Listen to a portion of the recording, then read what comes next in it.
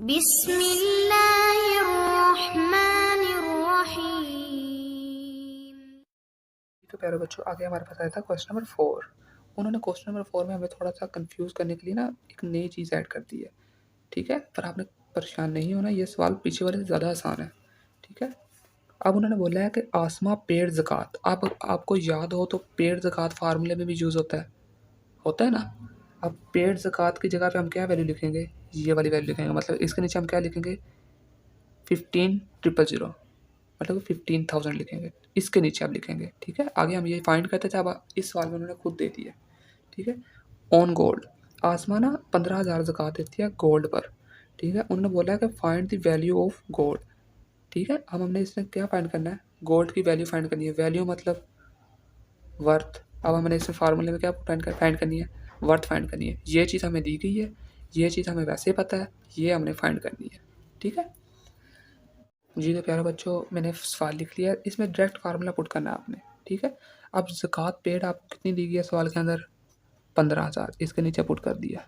ठीक है, is equal to, ये आपको पता है ये फार्मूला क्या है इसका, ज़कात रेट कितनी है 1/40 मल्टीप्लाई वर्थ आपको नहीं दी गई, ये आपने फाइंड करनी है। जो नहीं दी गई वो वैसे के वैसे लिखनी है। ठीक है, अब यहाँ पे गौर से समझने वाली बात है, जो चीज़ हमने फाइंड करनी होती है ना, हमने क्या फाइंड करना है, वर्थ फाइंड करनी है, सॉरी।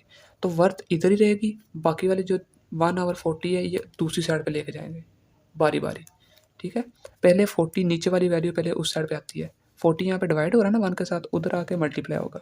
अब लिखेंगे हम 15,000 multiply 40 is equal to 1 multiply worth. ठीक है, अभी भी हमने सिर्फ क्या फाइंड करना है, वर्थ फाइंड करना है। तो मल्टीप्लाई 1 यहाँ पे एक्स्ट्रा है, तो ये 1 किधर जाएगा। अब 1 इधर मल्टीप्लाई हो रहा है इस वैल्यू के साथ, उधर जाके क्या होगा, डिवाइड होगा। तो हम यहाँ पे लिखेंगे 15,000 multiply 40 over 1 is equal to worth. अब मैं दोबारा आपको बता दूं, जो चीज़ हमने फाइंड करनी होती है वो अपनी जगह पे रहती है, बाकी जो भी चीज़ होती हैं वो दूसरी जगह पे चल जाती हैं। ठीक है, अब जब हम 15 को 40 के साथ मल्टीप्लाई 15,000 को सॉरी 40 के साथ मल्टीप्लाई करेंगे तो हमारे पास आ जाएगा 6,00,000। 1 2 3 4 5। अब इसको 1 पे डिवाइड करेंगे, नीचे ये बातें आप याद करने वाली है। अगर नीचे 1 लिखा हो तो उसका कोई वैल्यू नहीं होती, उसका आप इग्नोर कर दो। अगर आप हम इन दोनों का मल्टीप्लाई किया, हमारे पास क्या आ गया, 6 लैक्स आ गए हैं। ठीक है, नीचे 1 लिख दिया। अब आपको समझाने के लिए मैं कर रहा हूँ, इसे वर्थ लिख दिया। अब हम 6,00,000 को जब 1 पे डिवाइड करेंगे तो हमारे पास 6,00,000 ही आंसर आएगा, इसलिए इसको इग्नोर करते हैं। तुम्हारे पास अब वर्थ कितनी आ गई, 6,00,000 रुपये। यही हमारे पास आंसर है। ये सवाल पीछे वाले सवाल से ज़्यादा आसान था। जी, तो प्यारे बच्चों, जैसे हमने ये वाले सवाल को गौर से समझा था ना, इस सवाल को भी गौर से समझेंगे तो हमें ये वाला सवाल भी बहुत आसान लगेगा। ठीक है, ये वाला सवाल भी बिल्कुल इन सवालों की तरह है, इन सवालों की तरह, बस समझने की देर है। ठीक है, उन्होंने बोला है mister Akbar is a jeweller. Jeweller किसको बोलते हैं बच्चों, ज्वेलर बोलते हैं जिनकी वो सुनहरे की दुकान होती है, जैसे आपकी ज़ुबान में मैं सुनहरा बोल देता हूँ। ठीक है, तो ही परचेज, इसने परचेज किया है, क्या परचेज किया है, 60 gram gold, 60 gram gold purchase किया है। ठीक है, एंड 600 ग्राम सिल्वर परचेज किया है।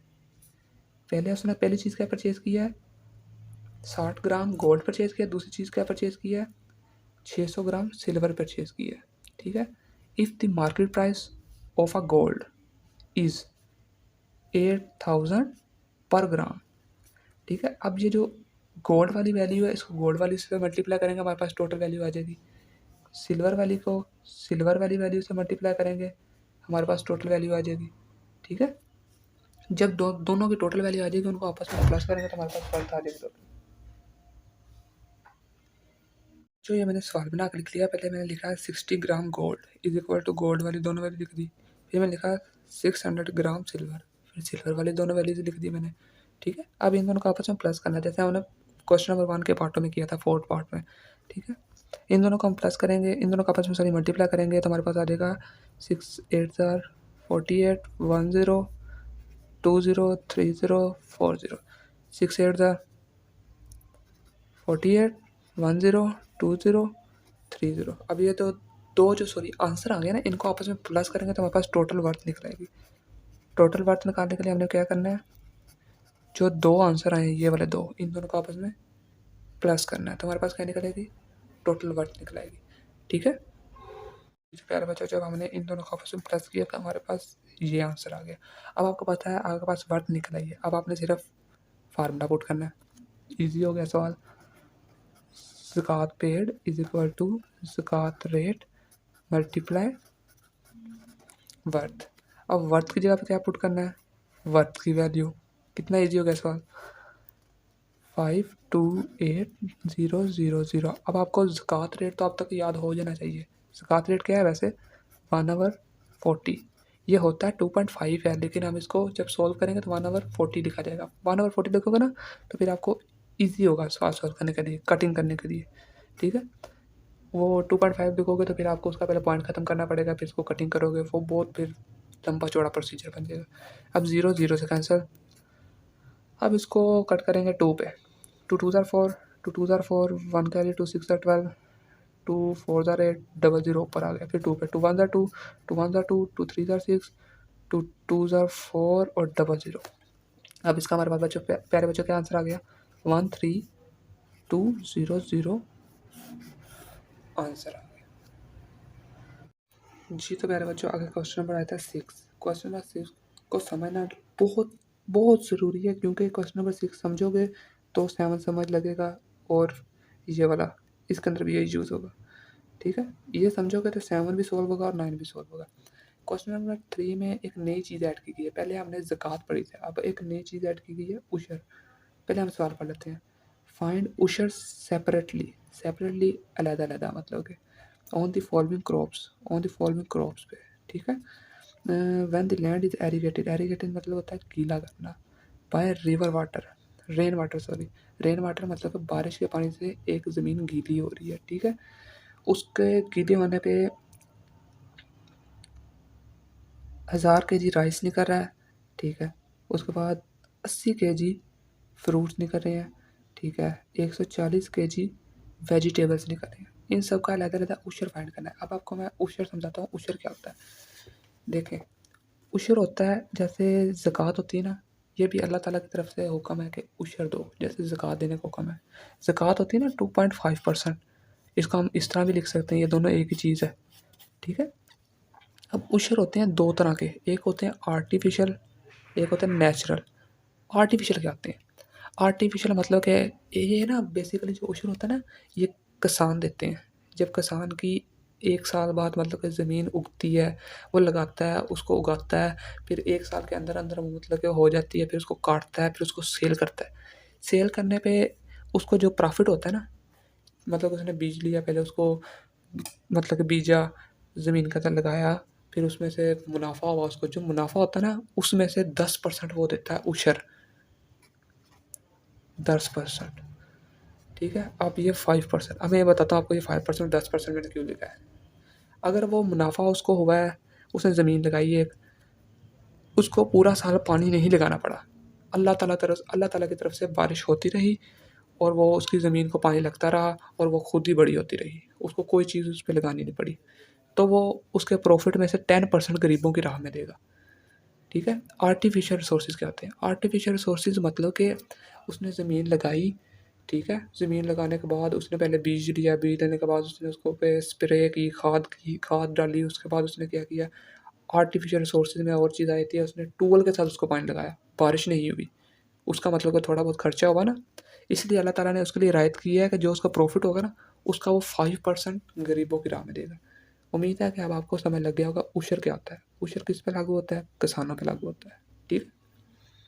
जी, तो क्वेश्चन नंबर 10 में मैंने ये थोड़े से पार्ट बना के पहले लिख लिए हैं, मतलब पहले नंबर पे उन्होंने हमें बताया था कि 1000 केजी वो राइस उसको साल बाद मिल रही है, ठीक है? उसका 10% उशर निकालना है। अब जब 10% उशर निकालना है तो मैं आपको फार्मूला बताऊँ, अब उशर का फार्मूला क्या लगेगा।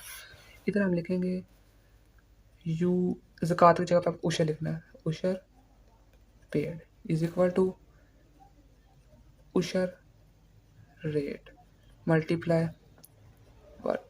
ठीक है? अब ज़कात की जगह पे समझो एक नया वर्ड यूज़ हो गया। ठीक है? अब पर ज़कात रेट की जगह पे हम क्या लिखते थे? 140 लिखते थे, 1/40 लिखते थे। अब उशर की जगह पे हमने क्या लिखना है? 10% लिखना है। ठीक है? अब ये चीज़ें बस थोड़ी सी चेंज हुई हैं इसमें। ठीक है? अब ये वाले मैंने पार्ट लिखे हैं, इनमें हर एक में आपने वही वाली चीज़ करनी है। ये आपके पास वर्थ है, इस सवाल की ये वर्थ है, इसमें ये वर्थ है, ठीक है। सबसे पहले इसका फार्मूला लिखते हैं हम, उशर पेड इज इक्वल टू, फाइड का नाम है उशर पेड, फिर हम लिखेंगे उशर rate is equal to, sorry, multiply worth, ठीक है। अब वर्थ की जगह पे हमने कितनी है हमारे पास 1000, हमने 1000 लिख ली। ज़कात रेट हमारे पास कितनी है, उशर रेट सॉरी कितना है, 10%, 10 हमने लिख लिया, परसेंट का नीचे 100 लिखा, ठीक है। 20, 2 0 कैंसर, 10 10 100, ठीक है। 1000 उसके पास राइस होंगे तो वो उसमें 100 मतलब के ग्राम गरीबों में देगा। ये पहले का आंसर फाइंड हो गया। अब दूसरा, उशर पेड इज इक्वल टू उशर रेट मल्टीप्लाई वर्थ। अब वर्थ का यूज़ होगी ये वाली 80, ठीक है। उशर रेट आपको पता है 10 ओवर 100, 0 0 से कैंसिल, 10 10 से कैंसिल, पीछे क्या बच गया 8। अब वो 8 ग्राम